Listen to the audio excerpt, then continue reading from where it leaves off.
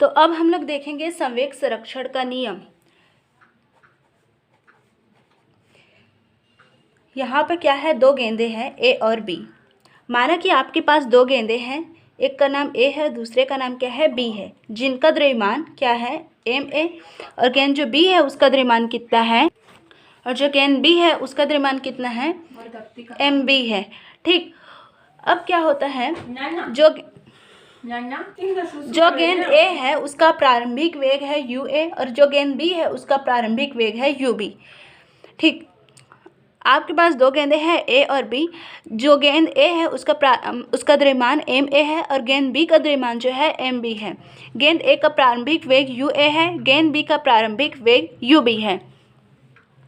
क्या होता है, ये गेंदें समान वेग से गति करती रहती है, इस पर कोई अभी असंतुलित बल, कोई भी बल काम नहीं करता रहता है। जब ये गेंदें गति करती रहती है तो टी समय पश्चात ये क्या होती है, टकरा जाती है। टी समय पश्चात ये गेंदें टकरा जाती हैं, जिसके कारण गेंद ए का जो वेग होता है यू ए से बदल करके वी ए हो जाता है, और जो गेंद बी होता है उसका वेग क्या हो जाता है, यू बी से बदल करके वी बी हो जाता है। ठीक, तो इस प्रकार हमने देखा यहाँ पे दो गेंदें क्या थी, दो गेंदें थी जिनका द्रव्यमान एम ए और एम बी होता है, और जो प्रारंभिक वेग होता है यू ए और यू बी होता है। ये इस पर जब कोई असंतुलित बल काम नहीं करता है तो ये क्या होती है, कुछ समय पश्चात, टी समय पश्चात क्या हो जाती है, आपस में टकरा जाती है, और जो गेंद ए होता है उसका वेग वी ए हो जाता है, और गेंद बी जो होता है उसका वेग वी बी हो जाता है ना। टकराने के पश्चात क्या होता है, जो गेंद ए है गेंद बी पर एफ ए बी बल लगाती है। टकराने के पश्चात गेंद ए गेंद बी पर एफ ए बी बल लगाती है, और गेंद बी गेंद ए पर एफ बी ए बल लगाती है। ठीक, टकराने के पश्चात क्या होता है, जो गेंद ए होता है गेंद बी पर एफ ए बी बल लगाती है, और गेंद बी गेंद ए पर एफ बी ए बल लगाती है। ठीक, तो यहाँ पे गति के तृतीय नियम से हम लोग यहाँ पे समझ सकते हैं,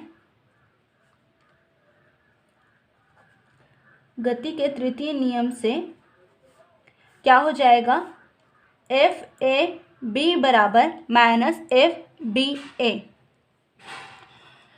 यहाँ पे दो बल काम कर रहा है, एफ ए बी और एफ बी ए। यहाँ पे समान बल है, बल क्या है, समान है, लेकिन दोनों की दिशा क्या है, अलग अलग है। एक जो है इधर की तरफ बल लगा रहा है, तो एक जो है इधर की तरफ। यहाँ पे समान बल काम कर रहा है, लेकिन दोनों की दिशा क्या है, विपरीत है।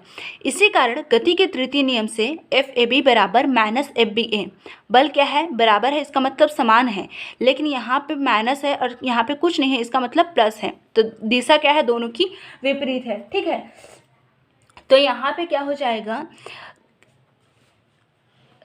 इस बल के कारण गेंद के वेग में परिवर्तन होता है। इस बल के कारण गेंद के वेग में परिवर्तन हो जाता है। गेंद के वेग में परिवर्तन हो जाता है। गेंद के वेग में परिवर्तन होने से परिवर्तन हो जाता है, गेंद के वेग में परिवर्तन हो जाता है, जिससे गेंद का संवेग क्या हो जाता है, वो भी परिवर्तित हो जाता है। गेंद का संवेग भी परिवर्तित हो जाता है। ठीक, यहाँ पे समझ में आ गया।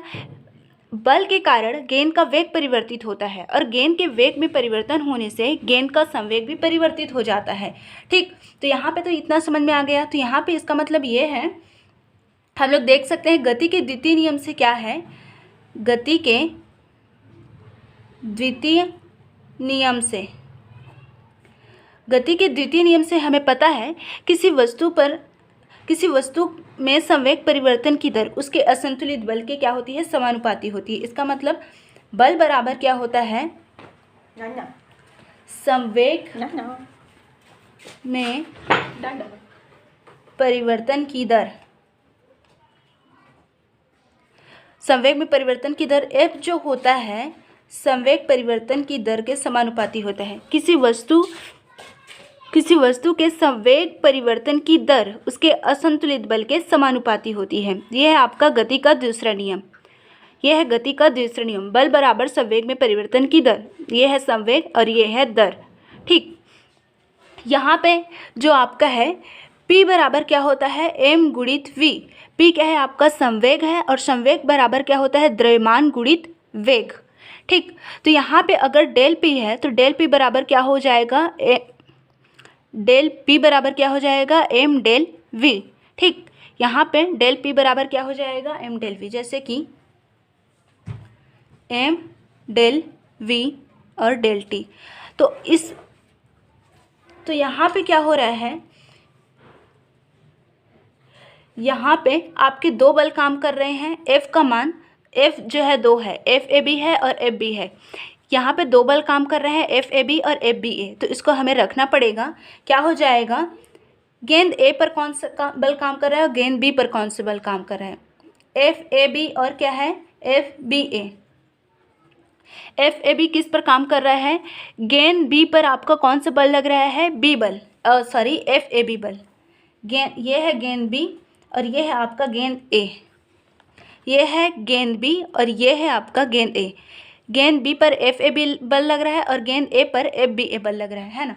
तो यहाँ पे क्या हो जाएगा, इसके अकॉर्डिंग अगर मान को रखते हैं तो यहाँ पे क्या हो जाएगा, F बराबर FAB आ गया, और यहाँ पे समानुपाती का चिन्ह हटाएंगे, यहाँ पे हट गया है।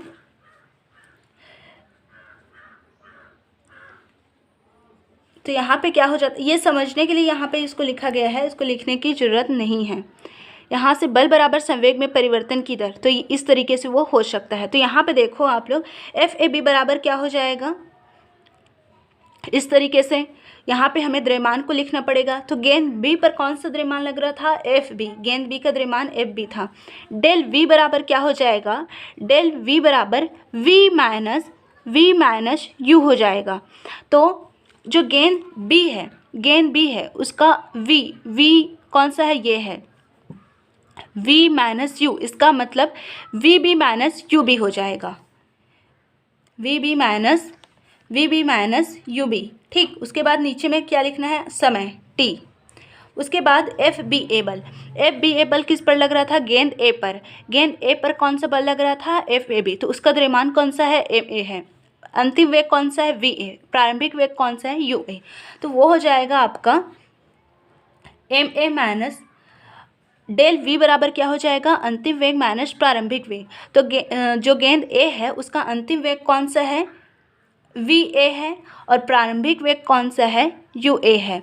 तो इस और अपॉन में T आ जाएगा। ठीक, तो अब यहाँ पे देखो, गति के तीसरे नियम से, यहाँ पे लिखना पड़ेगा, गति के तीसरे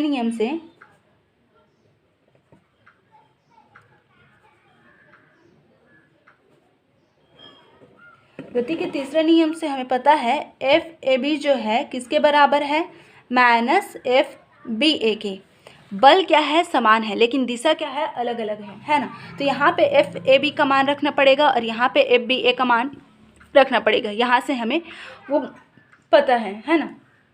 तो इस मान को हम लोग वहाँ पे रखेंगे, तो क्या हो जाएगा, MB, FAB का मान क्या है, MB, VB माइनस UB, उसके बाद T बराबर minus MA VA minus UA upon है T।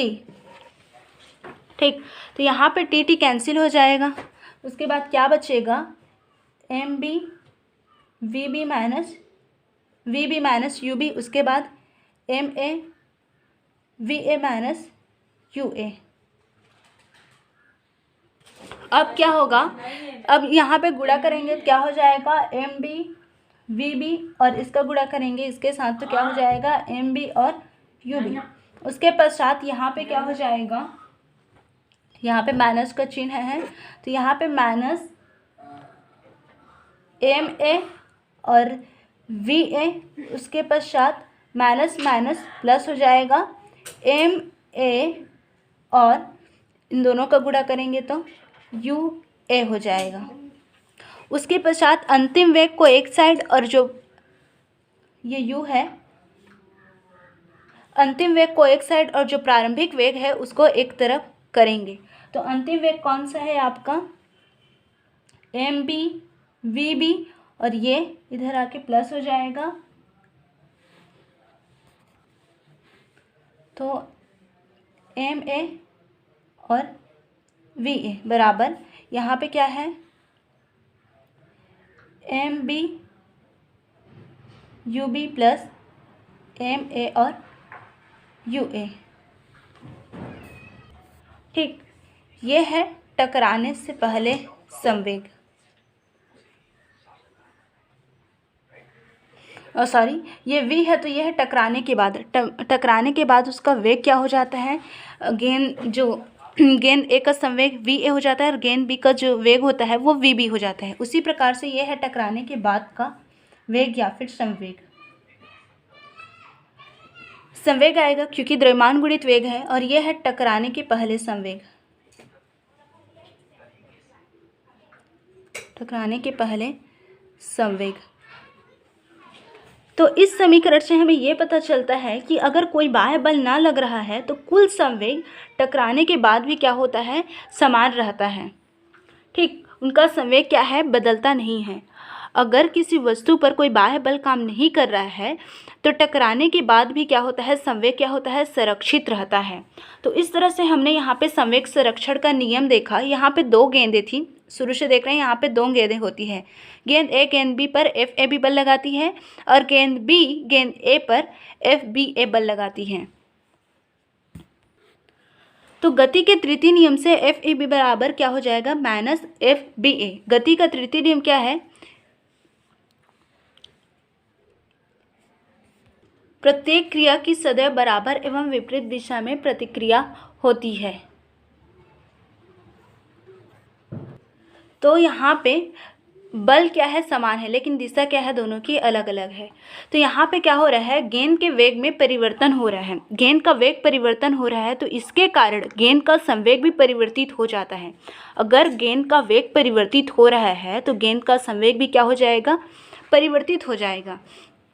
तो गति के द्वितीय नियम से बल बराबर क्या हो जाएगा, संवेग में परिवर्तन की दर। यह है गति का द्वितीय नियम। बल बराबर संवेग में परिवर्तन की दर, F बराबर डेल पी डेल टी। यहाँ पे P बराबर हमें पता है m गुणित v होता है, तो डेल P बराबर क्या हो जाएगा, m डेल v हो जाएगा, है ना, m डेल v हो जाएगा। तो ये इस प्रकार से है, इसको आपको लिखना नहीं है, सीधा यहाँ से यहाँ जाना है। तो यहाँ पे बल कौन सा है आपका, यहाँ पे दो बल काम कर रहे हैं। इस संवेग संरक्षण के नियम में दो बल काम कर रहा है, एफ ए बी बल और एफ बी ए बल। एफ ए बी बल काम कर रहा है और एफ बी ए बल काम कर रहा है। तो एफ ए बी बराबर क्या हो जाएगा, डेल पी बट्टा डेल टी, है ना। मतलब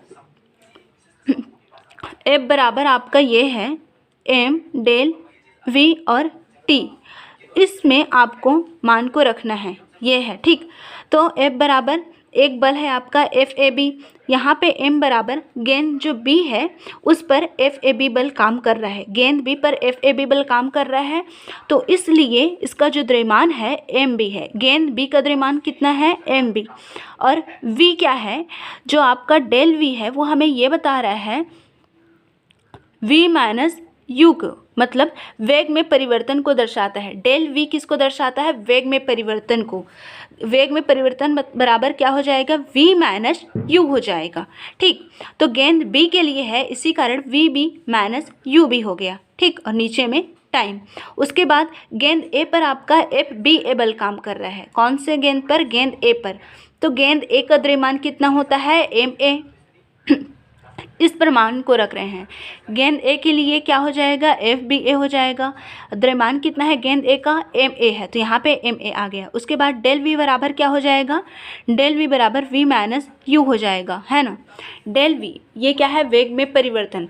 वेग में परिवर्तन बराबर अंतिम वेग माइनस प्रारंभिक वेग। वी आपका अंतिम वेग होता है और यू आपका प्रारंभिक वेग होता है। यहाँ पे हमने देखा यू ए आपका प्रारंभिक वेग था, वी ए आपका अंतिम वेग था गेंद ए के लिए। उसी प्रकार बी के लिए गेंद यू बी जो होता है प्रारंभिक वेग और वी बी अंतिम वेग होता है। तो इसी कारण यहाँ पे क्या हो जाएगा, अगर इसमें मान को रखेंगे तो डेल वी बराबर वी ए, गेंद ए के लिए है इसी कारण यहाँ पे ए लगाए हैं, और ये भी गेंद ए के लिए है इसी कारण यहाँ पे ए लगाए हैं। और नीचे में क्या आ जाएगा, टाइम आ जाएगा। उसके बाद गति के तृतीय नियम से FAB बराबर माइनस FBA आ गया है। अब यहाँ पे जो जो हमें मिला है, प्राप्त हुआ है, उसको यहाँ पे मान को रखे हैं। ठीक, जो करता है उसको कटाए हैं और यहाँ पे गुणा का चिन्ह है तो इस कारण यहाँ पे गुणा किए हैं। ठीक, यहाँ पे माइनस का चिन्ह है तो इन दोनों का गुणा करेंगे तो सामने में माइनस आ जाएगा।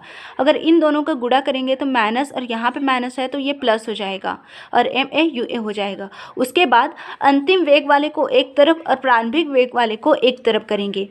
VB और जो VA है ये है आपका, V जहाँ पे लिखा रहता है वो होता है अंतिम वेग और U जहाँ पे लिखा रहता है वो होता है प्रारंभिक वेग। तो ये है आपका अंतिम वेग और ये है आपका प्रारंभिक वेग। तो ये है टकराने के बाद आपका संवेग, द्रव्यमान गुणित वेग बराबर संवेग होता है।